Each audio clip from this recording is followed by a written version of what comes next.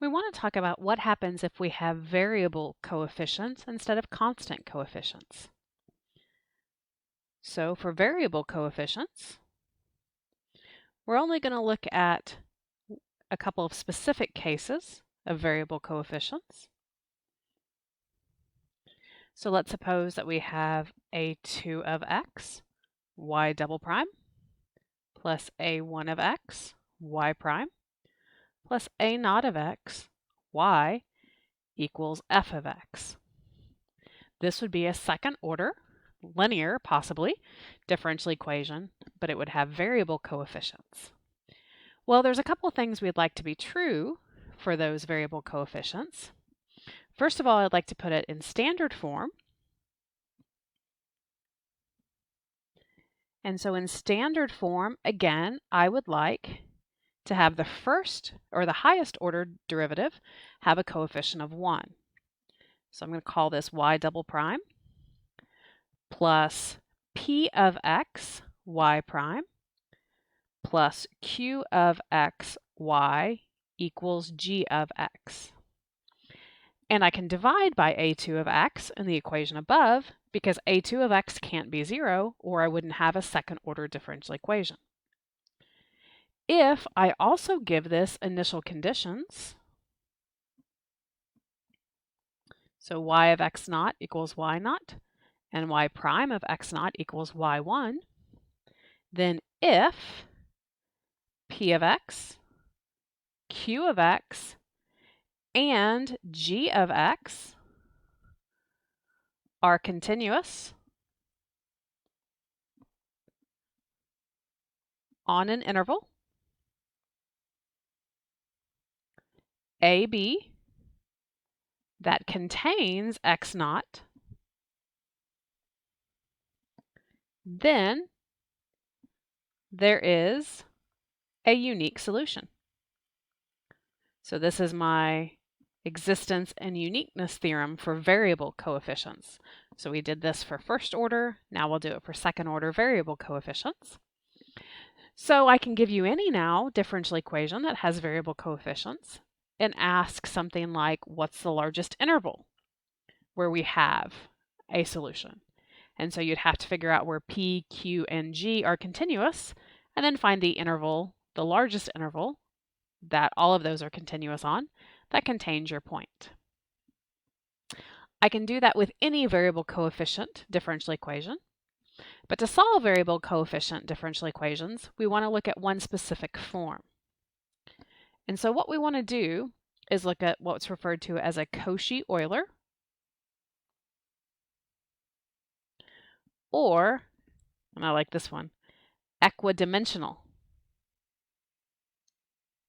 differential equation, or just equation. So Cauchy-Euler is kind of fun because those are two famous mathematicians, but equidimensional just sounds really cool to me. So for equidimensional or Cauchy-Euler differential equations, those are differential equations where your variable coefficients are the following. You have ax squared, y double prime, plus bx, y prime, plus cy equals f of x. Okay. In these cases, you have solutions when x is less than 0 or when x is greater than 0.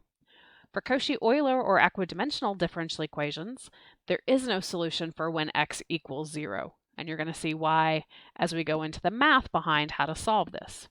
So again, I'm going to go through and derive the actual solutions, but then we're going to talk about in general what the solutions look like. So let's think about this. I have a differential equation. When I take y, y prime, and y double prime, I've got to be able to multiply those by a constant or x squared so that everything goes away. And so because of that, my solutions now aren't going to be exponential. My solutions are probably going to be x to a power. So that when I multiply that by x squared, I get things to cancel. So if I think that is my solution, well, y prime is r, x to the r minus 1. Y double prime is r times r minus 1. x to the r minus 2. When I plug those into my differential equation above, I have a x squared times r minus 1 times x to the r minus 2 plus bx times r times x to the r minus 1 plus cx to the r. And I'm going to go ahead and set that equal to 0 because we'll do the homogeneous case. When I multiply these, all of my x's are going to multiply to give me x to the r, so I'm going to factor that out. Then I'd have a times r minus 1 plus b times r plus c equals 0. And this would work if x to the r is 0 for all x, which it's not. X to the r is only 0 for x equals 0, so that doesn't work. So that means that equation must be 0. Well, what that means is then for a Cauchy-Euler differential equation, or a differential equation of the form ax squared y double prime plus bxy prime plus cy, I'll go ahead and do the equals 0 because most of these will be homogeneous. I would need a times r minus 1 plus b times r plus c to equal 0. Well, let's actually write that in a characteristic equation. So that's ar squared minus ar plus br plus c equals 0, or ar squared plus the quantity b minus a times r plus c equals 0. This is our auxiliary or characteristic equation. I've been calling it auxiliary. The book also calls it characteristic, so same thing. Now, notice this change here in the middle. It's going to be very important that you know if you have a Cauchy-Euler or a constant coefficient differential equation, because your auxiliary equation is very different for the two. So are your solutions, by the way. So this is a quadratic, so we have our three cases. What if we have two real roots, r1 and r2? Then my solution would look like y equals c1 x to the r1 plus c2 x to the r2. Okay. We have the case, what if I have one repeated or double real root?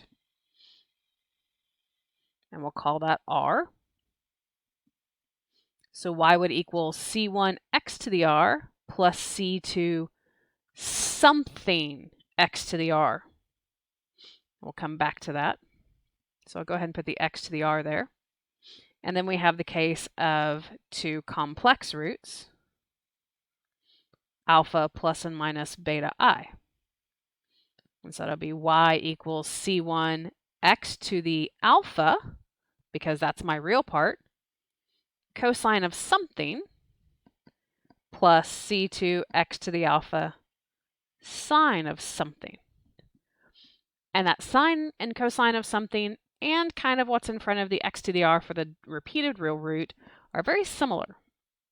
Now, I can't multiply by an x here like I did for my constant coefficients, because if I multiply by an x, that means I'm going to get x to the r plus 1, which means r plus 1 would have to be a root. And that's not true in either case. So when I had an e, I multiplied by an x. Now I have an x. I'm not going to multiply by an e, which might be what you think, because I'm going backwards. So what's the inverse of e? Well, that's natural log. So in each of these cases, we're going to involve a natural log. So my second term, if I have a repeated real root, will be c2 natural log of x to the r. And for cosine of sine, it'll be beta natural log of x. And so that's how I'm going to solve a Cauchy-Euler differential equation.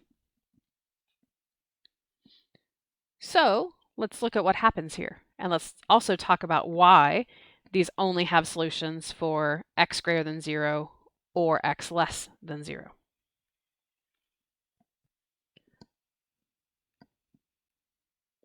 So let's look at x squared, y double prime, plus 7x y prime, minus 7y equals 0.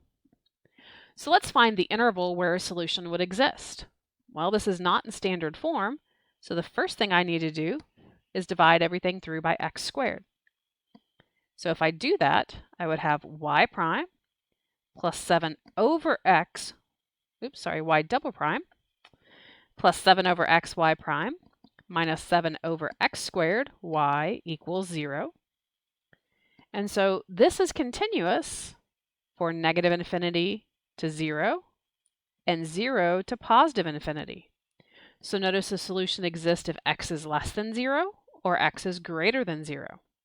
So depending on my initial condition, I would have to know which one to pick. So let's suppose I gave you an initial condition of y of 2 equals 4. In that case, then a solution would exist for 0 to infinity, or for all values of x greater than 0. So that gives me that a solution exists. Now let's just find a general solution. So I'm going to kind of ignore my initial condition now, and let's just find a general solution. But let's go ahead and assume it's for the positive values of x. So I need to take my differential equation and write my auxiliary equation. So a is 1, b is 7, and c is negative 7. So I would have r squared plus 6r minus 7 equals 0. Because remember, the middle term is b minus a. So that's 7 minus 1, or 6. And this factors. This factors into r plus 7 times r minus 1 equals 0, which is nice. So r equals 1 and negative 7, which means my solution would be y equals c1 x plus c2 x to the negative 7. And I would be done, because I'm going to ignore my initial conditions for now. Okay.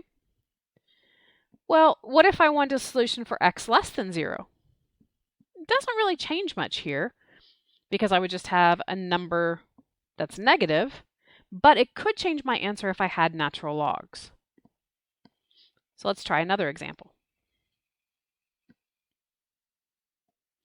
Let's try 9x squared y double prime plus 15x y prime plus y equals 0. So my auxiliary equation would be 9r squared plus, well, b is 15, a is 9. 15 minus 9 is 6r plus 1 equals 0. This also factors nicely into 3r plus 1 squared, which means I have a repeated root of negative 1/3, which means my solution would be y equals c1, x to the negative 1/3, plus c2, natural log of x, and I'm going to come back to that in just a minute, times x to the negative 1/3. That would be true for x greater than 0. What if x was less than 0?